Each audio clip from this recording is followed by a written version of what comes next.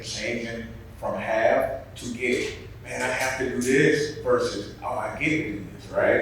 And the mentality in doing it is, why do I get to do it? You know, so it's like, man, I get to do this for what?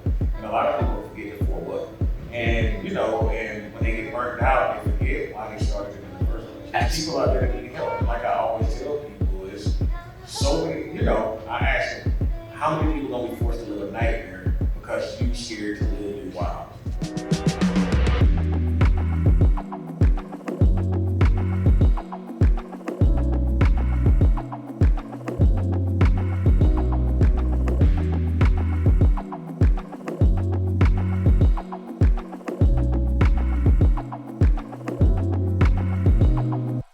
Welcome to another episode of More Than a Barber. I am your host, AP, and today we have a very special edition. We are live at EFC. This is an incredible conference that you want to be a part of as it relates to this live show. So we got my man, Pastor Kid, and my guy, Derek. What's going on, guys? What's up, man? Glad to be here. Just blessed to be here. Absolutely. Well, listen, today we got a live audience, but we also have our community who are watching. And before we get into this episode, what I need you to do is I need you to subscribe to this actual channel. We are a channel where we inspire to help those that are coming up behind us, entrepreneurs, barbers, and those that are within our community. Make sure you subscribe. We have an amazing community that we're building. So today, what we're going to do is we're going to get right into this episode. We got some power-packed questions, but more importantly, we got some guys that are game changers in the entrepreneurship journey. What's going on, guys? Y'all ready? Yes, sir. Let's do it.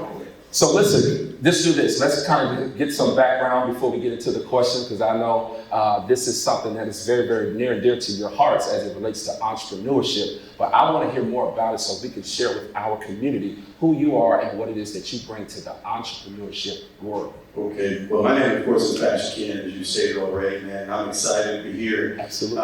Just on day 2 of the Entrepreneurial Secrets Revealed, which has been absolutely amazing. It's been tremendous. The objective this year was really to just get entrepreneurs, faith-based entrepreneurs in the same room. Yes. I've been in business for over 25 years, and I found that there's a tension between both faith and business.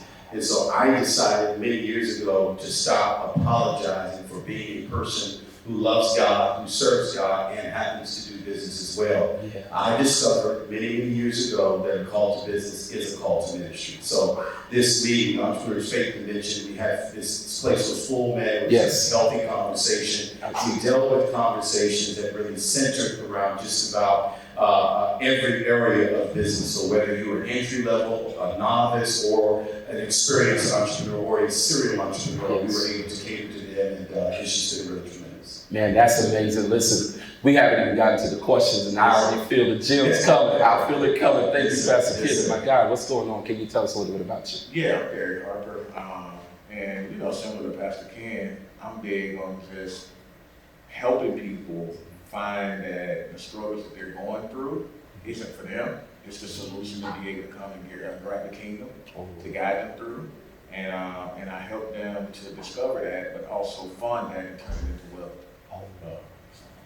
I love that. Listen, you know, for me being an entrepreneur for over 15 years, this is going to be an incredible conversation, and here's why. Because I am a professional barber, and I'm transitioning to what we call a professional serial entrepreneur. Because most times when we have barbers, they just strictly look at the chair and the chair only. So in this conversation, I want to unpack the entrepreneurship world at large so that we can help our community unpack some questions that they may have as it relates to becoming a professional entrepreneur.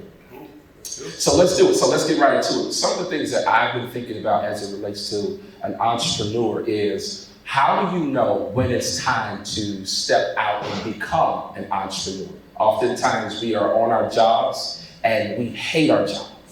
Like, this is something that I hate getting up on Monday morning. I hate driving in the traffic. But as for me, I don't have those same sentiments. I have a passion to go to work. I don't need an alarm clock, because what wakes me up is what I get to do every single day on my own time. And so can you explain to our community, and let's even talk about this as a collective, what does it take to get to that place where you think it's time to become an entrepreneur? I mean, just like you said, I think changing from have to get, man, I have to do this versus, oh, I get to do this, right? And the mentality in doing it is, why do I get to do it? You know, so it's like, man, I get to do this for what? And a lot of people forget the for what. And, you know, and when they get burnt out, they forget why they started it in the first place. There's people out there that need help. And like I always tell people, is so many, you know, I ask them, how many people gonna be forced to live a nightmare because you scared to live your wild, right? That's a bar. Hold on. I need you to say that again. How many people are gonna be forced to live a nightmare because you scared to live your dreams? And most of them happen because you solved the problem that this unique guy gave you.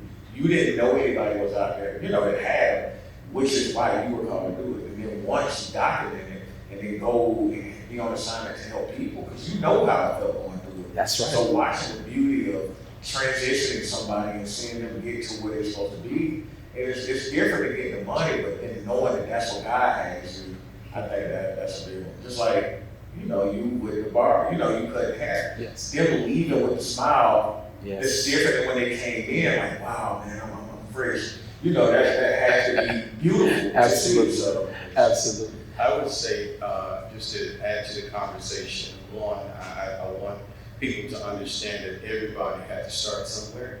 And I believe the principle is true, and it's not just the principle, it's scripture that if you can't be faithful over that which belongs to somebody else, how can God bring you into your own? I think there's a misnomer, especially coming across the pulpit, that we are setting people up with a bad understanding of what it means to enter into the business community. People are leaving great jobs to move into this, but not understanding what this looks like. And so, you know, I tend to have the belief that not everybody is called to work for themselves, and we have to accept that reality. Because at the end of the day, with the enterprises that I have, you don't want me answering the phone. Because depending upon if my introvert kicks in, I feel like, so I need someone who's been called and is great at that front-facing experience to handle that. So if we can just get people to breathe in and breathe out a little bit, and really ask yourself, is this what God is calling me to do, or is your pride in the way where you are lusting for something that you really have no grace for? Wow. Because being an entrepreneur, moving into business, being self-employed, it requires a grace. Just like being a pastor, it's a grace. You see it in church. You see people, one day they pastor, next day they bishop, one day they minister, next day they just got to, they can talk one good sermon, they got apostolic credentials with a faith stone on their hand, and that's not how it works. And so I want to give those who are listening to me right now permission to be okay where you are, because God can make you the CEO of working for somebody else. What you need is to learn how to be a great negotiator, because people complain about jobs where they're undercompensated.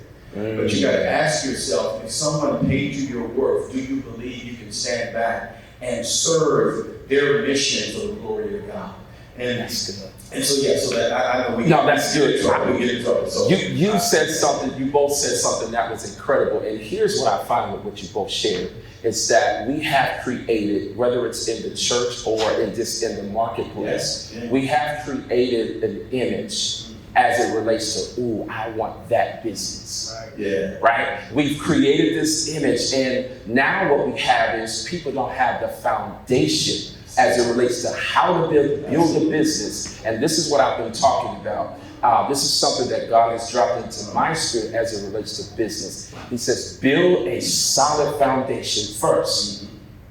Because when you build a solid foundation, you'll have some bandwidth. And then the other side to this is, when you build a fancy house on sand, it's not an if, it's a when the storm comes. So if as a business owner and as an entrepreneur, if that foundation is strong, when the storm comes, you might bend, but you won't break, right? And so I want to talk to that person that says, man, I like what that looks like, but I don't know what it all entails as it relates to becoming a business owner in that particular way. Yes, sir. Yes, sir. I would say, man, most people don't know. Derek shared his story earlier today during the faith convention. Yes. You know, we have some similarities in that I've been through divorce. Okay. I'm not saying that's his story. That's sure. my story. I definitely dropped dropped on that first relationship. Now I'm happily married 18 years in. Love that. Make sure I throw that out there. Shout out to 18 years. Also, I've been through bankruptcy. Wow. You know, this is at the prime of my life in real estate. I lost everything. And I had a decision to make at that time. Would I quit being down, or would I make a decision to get myself back up, try this thing again? What you're going to learn in business is this idea of continuing to try and learning. I know this word pivot has become a pandemic term. Folks didn't even know what pivot meant until COVID. But I've learned that I've been in this thing for 25 years, so I'm not a pandemic business owner. I've been in this thing and I've survived some hardest seasons. And I'm not even here saying today that things are perfect, because it's not. It's just you learn that you have to create a healthy balance between success and failure.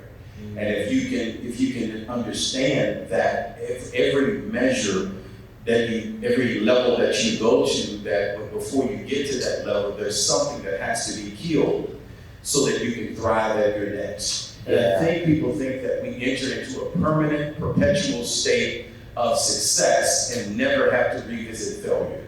And that's untrue. I don't know about you, Derek. That's just how it is for me. I love it, and I think that's exactly why I created that mantra. Done is better than perfect, because perfect never gets done. Come on, say that. That's good. Done is better than perfect, because perfect never gets done. And a lot of people haven't gotten started yet because they want it perfect before they get started. And so they push this whole thing in their image, right? And I tell people a lot of times, that's your business, but that ain't your assignment. And a lot of people, like you said, they see a business and say, oh, I want to do that, and they're not the one that's supposed to be called to do that. And a lot of people will try to build it in the vision of what they already been assigned to do. And then therefore it's not them. So I tell people, what you're supposed to do might not even come to light yet. That's why I say done is better than perfect. Get out there, try to find out what it is. People gonna give you feedback on it. Improve on that feedback, and you would pivot into actually what you're supposed to do, because now when you're trying to build this thing all the way out how you see it and not how God see it, then you're gonna drop it. It's gonna be every mistake that you forgot about because you didn't build it based on what other people need. And when you start talking about getting out here and offering things to other people, what you needed at the time that you built it isn't what the people who gonna buy from you need, so therefore it's good. And I think a lot of people never get started with offering help, and then they never find out what they're supposed to be because they don't have any clientele. I love that. Let's speak to that. I see you got something. No. Let's go to that, because here's what I like about what you guys said. For me, I think that coaching is a lost art for those who desire to really become successful. So let me ask this question. How important is it for coaching for the entrepreneur, whether you're an aspiring entrepreneur or you've been in the game for years? How important is coaching plays a part in their success? Well, let me say this, because the guy I'm sitting next to is my coach. Wow, so that's good. First, and you can jump in. That's good. I met Derek a few years back, and one particular lane of business that I was in, I was familiar with the industry. I had been in it a little while. However, I wanted to polish it up. I wanted to find ways to do what I had been called to do, embracing ethical tactics. Because this particular industry, it was laced with the ethic issue. I mean, just laced in greed. So I linked up with Derek because Derek had came through a storm that could benefit my life. And you have to see that coaching is an opportunity to borrow someone's history. And if we can really understand that coaching is not about what you're paying a guy. You are investing in a guy, leveraging or borrowing his or her history so you don't have to repeat the storm they just came through. Yes. And so when I heard of this guy's story and I saw what was going on, I mean, multi-million-dollar earner, just killing in the game, I realized he had a story. And so I went on a free session with him, and it was crazy. You may not even remember this. But you told us to meet, it was like 11 o'clock p.m. my time. And I'm like, who does that? Like, it's 11 o'clock. He says, if y'all really were interested in growing in this area, you really want to build your business, meet me tonight, crazy time. I don't know what time frame it may have been 10 p.m. your time. And my wife was like, babe, isn't it time for bed? I said, yeah, but this guy is cold. She's talking about we need to be there at 11 o'clock. He trained us for literally it was 2, 3 o'clock in the morning. And I learned an invaluable lesson that when you find someone who believes in your business, you got to also see that their objective in your life is not just to increase your profits. Their objective is to also get you to stretch yourself and challenge yourself to think on a whole nother level. I learned the value of investment. And I'm here to say, because of his mentorship, because of his training, I was able to hit some of my goals much quicker, faster, and easier because he was not afraid to share with me his failures. Wow. And I think that if we really can see, a lot of guys are out and hitting brick walls because they have this mindset, I can do it by myself, I don't need no help. Sadly, this is what we see in our culture, in our demographic. Yeah. And I pray that this episode really changes someone's mind. Sure. That, the scripture, a man's gift will make room for it. Yes. We talked about that previously, so I'm not going to go down that lane. But it's all good. So Derek gave me his time, but I also had to invest in Derek something that got his attention. And what the investment required did hurt my feelings a little bit, but when I started seeing clients paying me what I was paying him, I then determined that it was worth it. So I believe it's important. That's good. That's good. And I, when the conversation of coaching comes up, I always follow up with a question. What's your favorite food? My favorite food, seafood. Seafood, what type?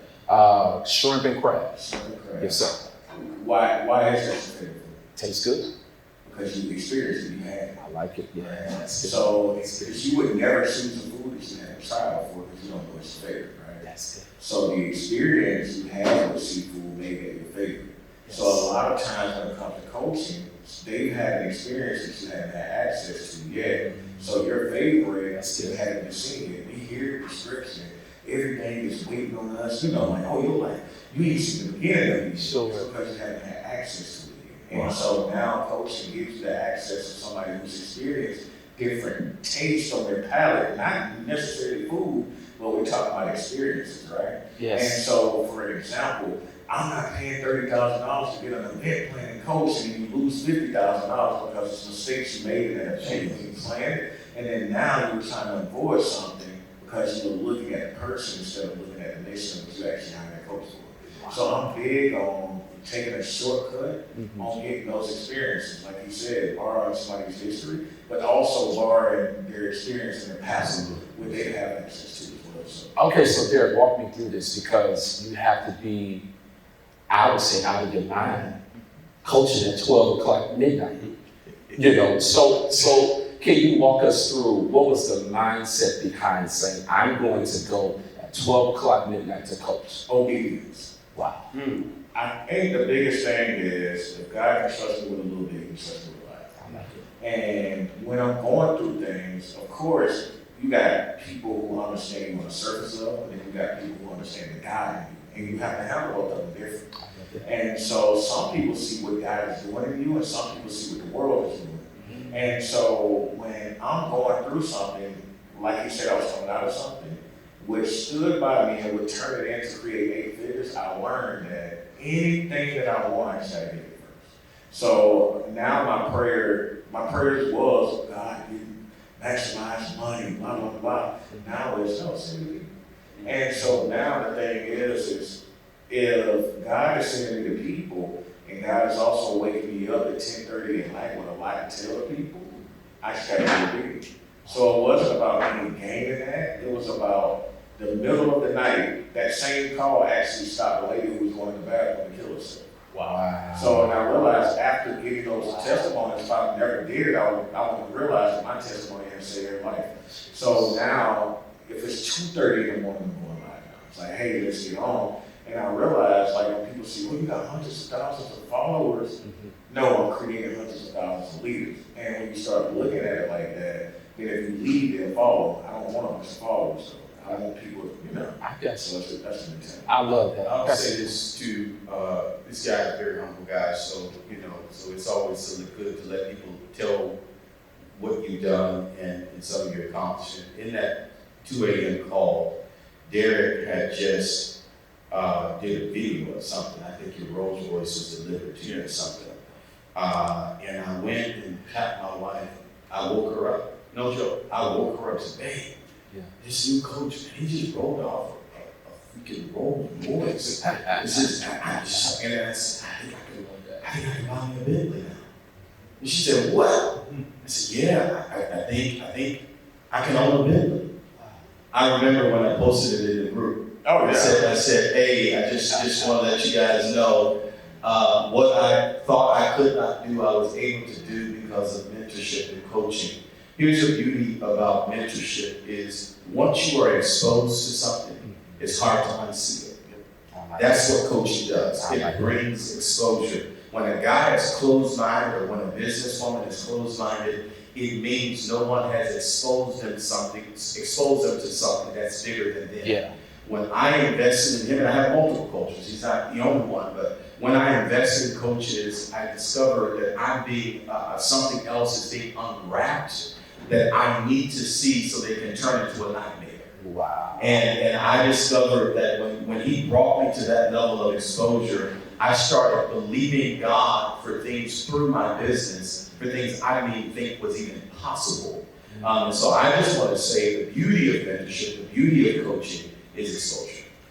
And they say exposure leads to expansion. It does. And so as you get exposed to things that you've never seen, what you talked about the seafood, I'm telling you, that seafood is a catch. But the exposure leads to expansion, and that's one of the things that I like. And here's the thing for me. We're in this era where everybody wants to become a coach. Oh, Jesus. Right? So you got these 20-second, reels where they're like, "Yo, check my coaching program out, click the link down below," right? But you have a lot of hungry entrepreneurs who desire to get the right coaching. I guess my question would be, how do I know how to choose the right coach? That's a really good question, right?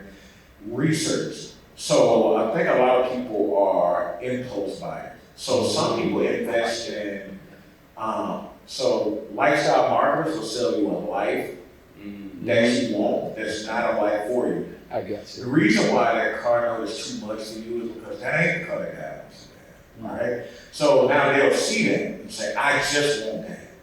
You get what I'm saying? So it wasn't the car that he was talking about, it was the grace. It was the fact that if you look at a parachute, right, it's two parables always. So if you look at a parachute, right, and now attached to that parachute, what's growing? Parachute. Yeah. Right? And I don't know if it's silver, I pear, got you. I don't know, right? Yeah. But you want to see a banana growing there. Sure. Right? And so now, when the pears break away from that tree and they're on the surface a little longer, what starts to happen? It starts to die away. So if I'm attached to somebody that's a source that has things live and growing on it, I'm not going to break away from it, because when you do break away, that's what happens, right? And it's in fruit, it's in everything. And so I think that when somebody's talking that resonates with you, then you want to be connected to the source, not the lifestyle they put in, but who they are and who they're speaking from. I like it. And so I think a lot of people know how they manipulate the need, they manipulate the fact that, hey, I want a better way out. And now people have realized that my message might not be for God, but I'm a good marketer. And you got a lot of marketers out there now that jump in front of those cars and lead with that. And then now you jump and invest in their program and you're not connected to anything because they don't have anything that they're connected to. Yeah. And for me, I've gone to conferences, I spent thousands of dollars on coaching. My thing is, I want to get in the room so I can see what these high ticket players are doing.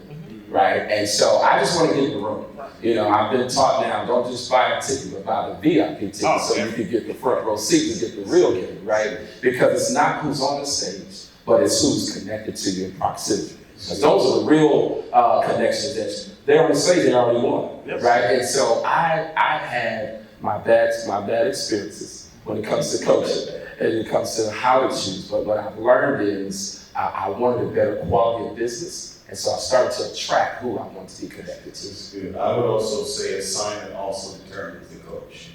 When I was looking for coaches as well, he used the term lifestyle marketers. You need to know that they exist. There are guys out here standing in front of Rolls Royces in a rented storm jets that really ain't a real jet. It's in front of a house that's really honestly renting out for 4 hours for photography shoots. You really, for me, what I was looking for was a coach who had a value system that matched mine. Because if you're not careful, you can find a coach who's marketing cheese.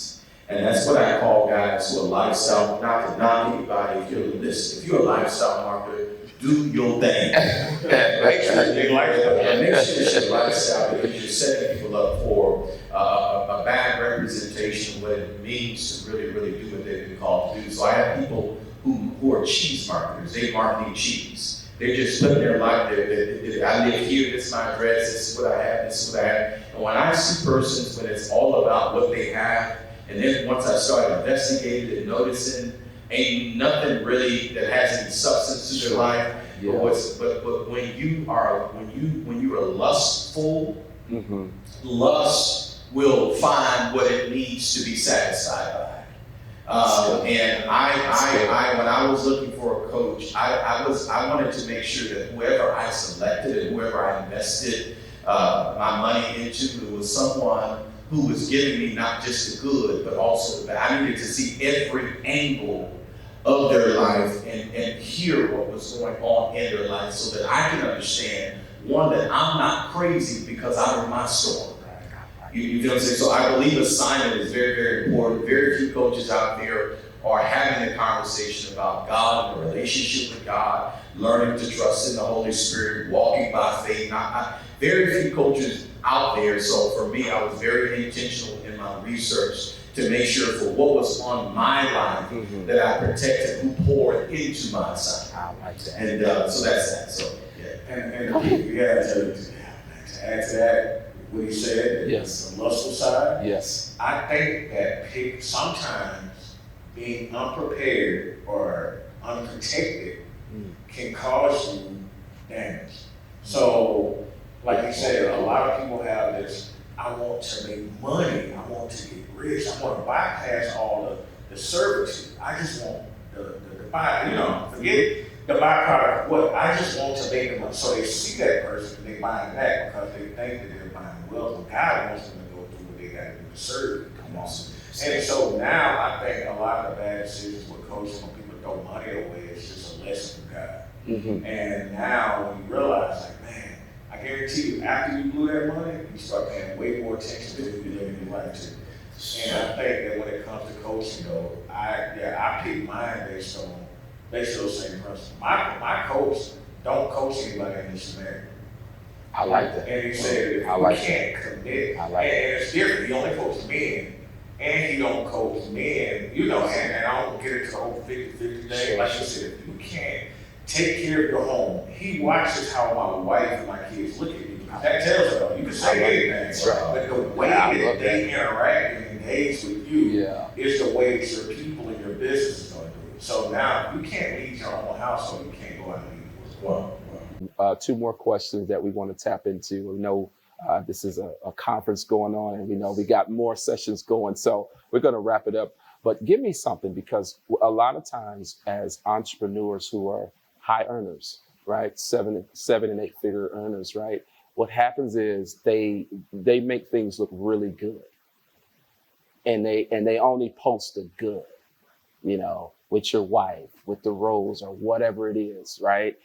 We got all these things, and that's great. But give me some hardship that as an entrepreneur that you had to bounce back from, because it's going to happen. It's not an if, it's a when. And you have to learn how to go through those things. We talked about the strong foundation. So what are some hardships that you had to go through that you were able to bounce back from, and you're here today? You know what's crazy? I know it sounds weird, right? When I say it, like, what? I really asked God for hardships. Walk me through. Because if I don't get my thing is to ask that question.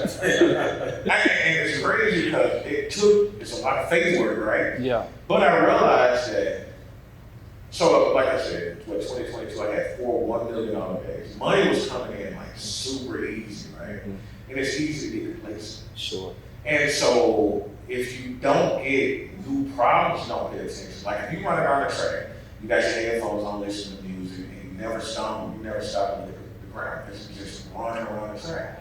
It isn't until you stumble, you're like, oh, dang, we got a hole in the ground. There's cracks here, there's problems. So now those problems, when they come, I realize now that problems are just God's way of saying, hey, it's your job to get it to the people. And so now I ask for problems because I'm at a point where I know God trusts me. Because I know that I get committed to do the right thing with the problem. So I stopped taking the credit and I started asking for the problem, because if he gives me the problem, he's actually going to give me the grace to get through it. And now if I get through it, that means that I have a whole new market of people that haven't seen this problem yet. So now people are like, hey, you're so genius, you think about this, just for the problems that I asked.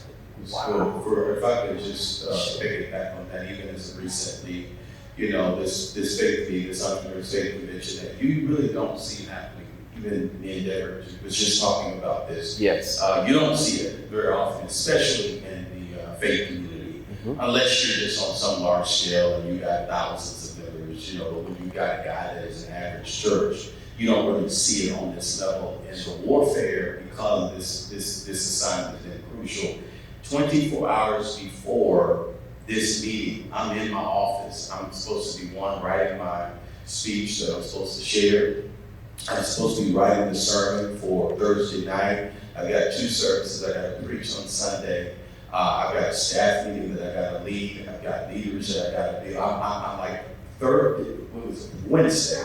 I'm literally in my office on the phone with the planning team and my executive assistant, and I told her these words. I'm sorry, I have to get off the phone. I'm getting overwhelmed. And I sat in my office, no joke, this week, in tears. And I said, God, what was I thinking when I put this meeting on? Why would you put me in this position to host this meeting knowing people are going to judge the flyer based on people they don't know without understanding the value of what's really in the room? So I'm listening to all of those words, because here's the thing, I'm judging it based on who registered. I'm looking at, well, we said we was going to have this number of registrants, the budget is not, and God said, this ain't about budget. This is about purpose, and this is about assignment. And so I had to kind of press through and work through those emotions. My assistant said, hey, we got it. You good, get off the phone. And she let me have a moment. And I literally went that entire day. And if I say hell broke loose, hell broke loose. So when people see me up talking, it seems like, oh, he just never has a bad this just a few days ago. And when reality sets in, is that, wait a minute, based on what registered, who registered, we in the red on this thing. But what was mainly important was that I did what God told me to do. And I've never seen God not make up for something he called me to do. So I just want to say to anybody in the room that anything that God calls you to do, it's usually going to supersede your mind and your expectations. You just have to be willing and obedient and watch God do what only God can do. And so, just to see the lives that have been transformed in this room over the last couple of days has been extremely encouraging. I had people tap me on the shoulder, relationships being built, people's faith. Somebody was considering walking away from business. But because of this meeting, I believe now they've been given the fight and the endurance to continue in the journey. When I walked in the building, I seen some familiar faces, and one of the gentlemen said, I literally took off work to be a part of this meeting. Wow. And so, to your point, there are some conversations that we literally walked into right when we got into the room, and it was like, it had to be juicy, it had to be solid. And so it's a testament to you that whatever you order, you have to pay for it. But if God ordered, the ticket is on him. Right? And so, final thing is, can you just kind of speak to entrepreneurs and just give some encouraging words, some final words? I appreciate you guys for stepping in and just kind of giving this particular community some gems, because you guys dropped some gems. So can you just kind of encourage them? I would say this to the person watching right now, regardless of the time of the day you're watching it, the words that God gave Joshua: be of good courage. Just know that I've ordered every one of your steps. Depart not from this book of the law. be of good courage, because building a business takes not only faith, but it takes courage. Because courage is your ability to press through all of the obstacles. Faith is stepping out on something. Courage gives you your fight to endure hardness like a good soldier. So I would just encourage you to just remain steadfast, unmovable, always abounding in the work of the Lord. And I promise you, you may be in a season of failure, but just know the opposite of failure is success. I like it. I like it. Dropping gems. It's hard. Derek, yeah. Yeah, Derek, what would you say to those who are just some encouraging words, closing out words? I always tell people, never try to eat from an environment that you did not plant a seed in. And the thing is we forget that the people are the seeds. And when we nurture and when we call to actually serve the people, God gives us the resources to serve the people. You don't have because you're only asking for yourself.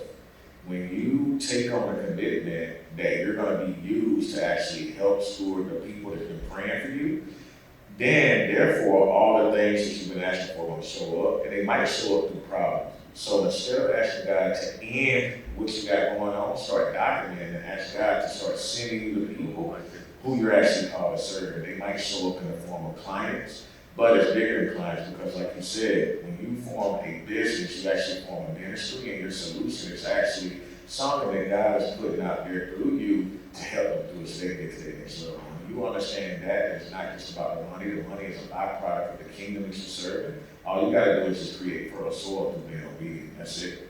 And so just remember, always lead with giving, and then that's how people will identify you as an expert. You don't have clients because you're not serving that environment, and the more people you serve will ask questions, and those questions is exactly what they talk about. Wow. Derek, Pastor Ken, thank you so much for this opportunity. I appreciate you being a part of More Than a Barber podcast. This has been a great episode. Thank you guys so much for your time.